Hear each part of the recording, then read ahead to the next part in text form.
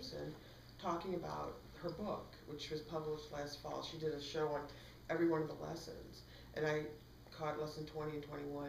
I was just captivated by what she was saying, and ordered the book, started reading it and doing the lessons as I was reading it, and said, I just need to read the whole thing. And then I decided this is not something that can be done alone.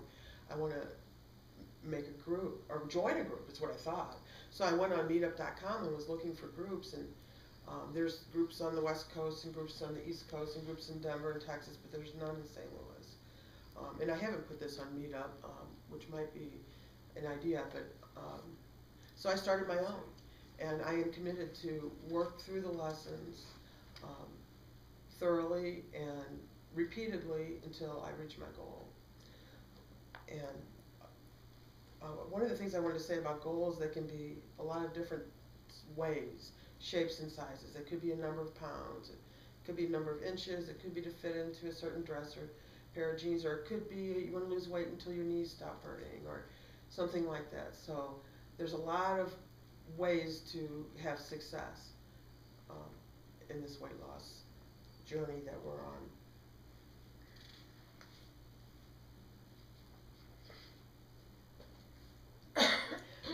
Now I'd like to take a few minutes to, for a brief introduction of everyone that I was kind of fat. Then in high school, I would diet 1 day a week on Thursdays and have the weekend, and managed to keep my weight in a place that felt good to me.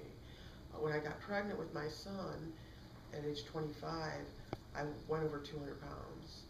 And since then, I did manage to get back down and into size 10 jeans for a period of time, but it didn't last that long, and I would never have characterized myself as a yo-yo dieter until I read Marianne Williamson's book. And I was reading it and doing the exercises, and I decided just to read the whole thing through, which I did, and I realized I've been a yo-yo dieter for a long time. My son is 27, and most recently I've just been overweight, and it's becoming manifesting in health issues in multiple ways, in my back and blood sugar, blood pressure, et cetera. So for health reasons and for personal reasons of happiness, I feel better when I'm thinner. I just feel happier. So that's why I started this group, because I feel that the issues go very deep, and we can't do it alone, that we need the support of other people on this journey. And I think that by what everyone else has said so far, that it's pretty evident that there's some underlying emotional things going on, and we need to shine some light and love on that and help each other. And I feel confident I can do it, we can do it. I'm looking forward. But mostly tonight is going to be what you might think of as a creation event, to the extent that we're going to begin to develop these guidelines and procedures that will facilitate our moving forward with the book. Now, I know that some people haven't had a chance to look at the book. Some people maybe don't even have the book yet, and so we're going to get around to the book, but there are these other issues that we're going to look at first. I think there's some real, very important, very fundamental information at the beginning of the book, both in the foreword, the introduction, and the first chapter, all that material before lesson 1, which is called Tearing Down the Wall. And at one point in her introduction, Marianne Williamson seems to imply that the book could be worked through with one lesson per day. And with all due respect, I totally disagree with that. I don't think that, you know, lesson 1, I don't see how you can do that in a day. So yeah, you'll see it. It's in her introduction. So we're spending part of our time here tonight creating what our group will be like, and how we're going to go about creating what we want, what works best for us as a group.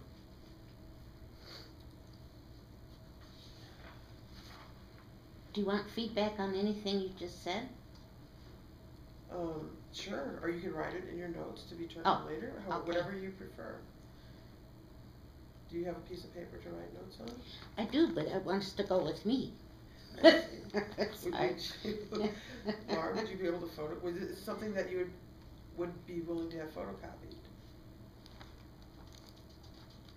Another piece of paper? Want another piece of paper? I have more paper, I just, Okay. okay. And then what the plan is, once the responses are gathered, analyzed, and so forth, that I will advise everyone what we all agree on, or mostly agree on, or don't disagree on, and we'll discuss at the next meeting how we're going to proceed on the different issues that are being raised tonight. And feel free to add any issues that you want brought up that you think that will help us gain and maintain a forward momentum through the material, because the material is not easy. It's not easy breezy stuff. It's not, change your diet to X, ABC or XYZ and you're going to lose weight. It's dealing with very deep emotional issues which most of us have been dealing with for years, if not decades. So it's going to be hard, which brings me to one of the issues that has already been touched on by Paget, and that is confidentiality. And I'm not asking everyone to tell me right now what your feelings are on that. I'd like you to put in your notes what you think about confidentiality, and if you feel that there should be confidentiality in the group, to what extent. In other words, if, say you hear a story of a woman who had a certain experience, do you want it to be confidential, the whole experience, or just the identity of the person, or both? If that makes sense, does that make some sense what I'm talking about? Sometimes I think I might get a little too technical. And Makes sense. okay, thank you. Because if you tell the story, you might tell it to someone that knows the person. That's true. That's the glitch. And how many of us here, this is rhetorical, have met people who are in AA or OA or whatever and have totally shared what is supposed to be confidential?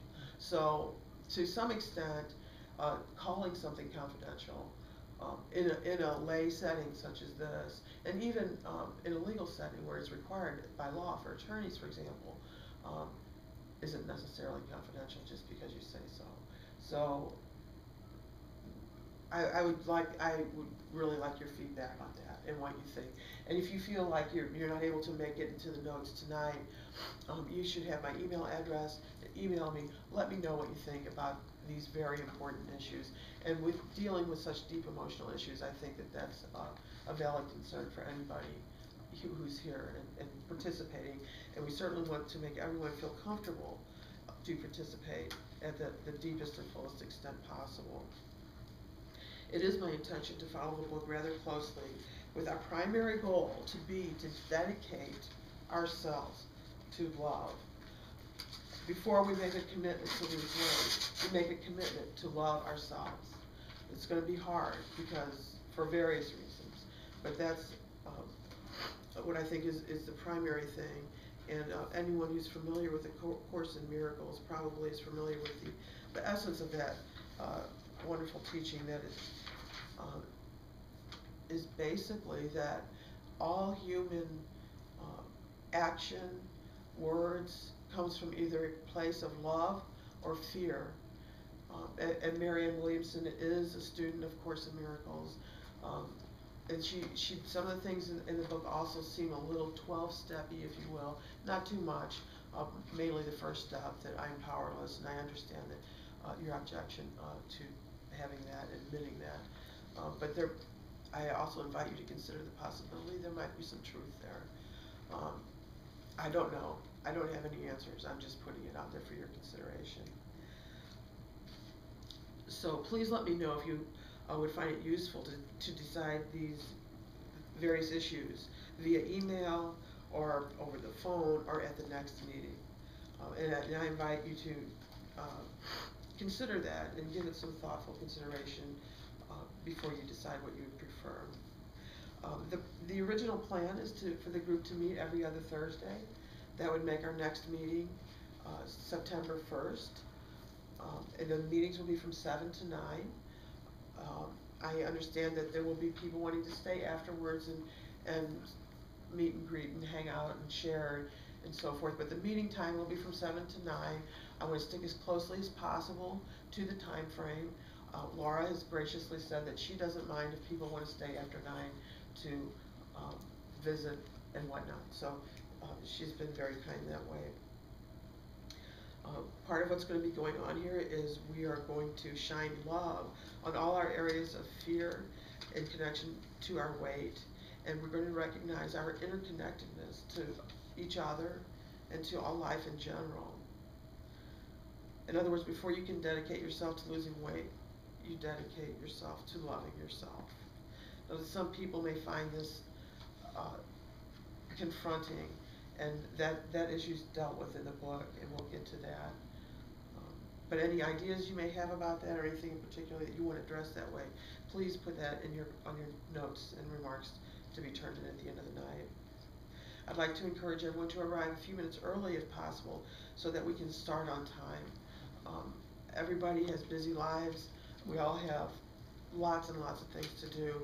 So if we could all try to be here just a few minutes before 7, then we could start at 7 and end at 9 sharp, so people have, to go pick up their children, or another meeting at 9:30, or whatever the case may be. Will it always be on Thursdays? Yes, that is the plan. I'm open to changing or other suggestions, but there had to be a plan. Had to come up with something. So we came up with every other Thursday, thinking that would work for most people. That's the one day of the week that I work. So, and I usually work late afternoon into the evening. So I went in early today, but. Well, I appreciate that. Yeah. And I would welcome you to consider the possibility of us starting another group, if another day of the week might work better for you. I am committed to working this material until I reach my goal, until I'm done, and that may be years. So I figure I could probably cycle through with 21 lessons. I thought I could do it twice a year, but after I'm getting in a little bit deeper into the material, I'm not so sure that I can go all the way through it twice a year.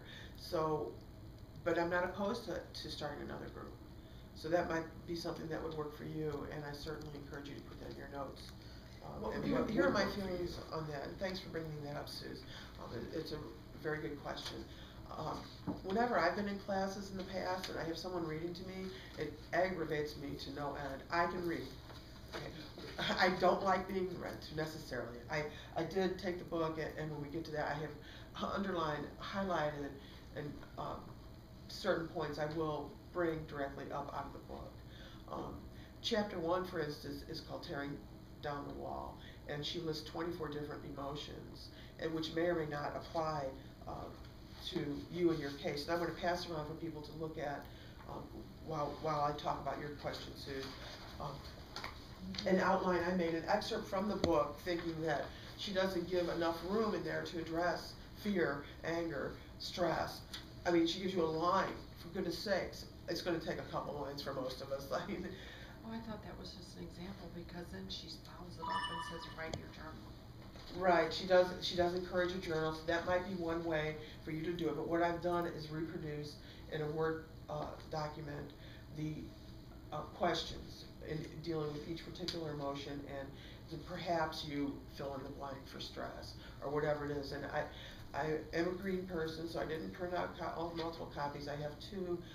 If anyone who doesn't have a printer needs to take one tonight, that's fine. Otherwise, if you'd like me to email it to you, I'd be happy to do so. Put that in your notes, and I'll email that to you if you want to use that as part of your journal. If you want to have a separate journal, notebook, whatever the case may be, whatever you're the most comfortable with. I have a special notebook I've started some of the exercises in. And how much to share, that is going to be up to each individual. The material does get very deep. In one of the earlier chapters, maybe 3 or 4, you write a letter to your thin self from your not thin self, and then vice versa. Your not thin self writes a letter to your thin self. So what I envision is not so much being a leader as a facilitator and keeping the forward momentum going. I don't see myself as someone espousing rules, but coming up with some ideas and places to start. People have questions. I would say, whatever you want to share. It would be my inclination to think that we'll work through chapter 1, and people will bring to the meeting what they found most confronting, or where they feel they're getting the most benefit from addressing this emotion in this way. That way we help each other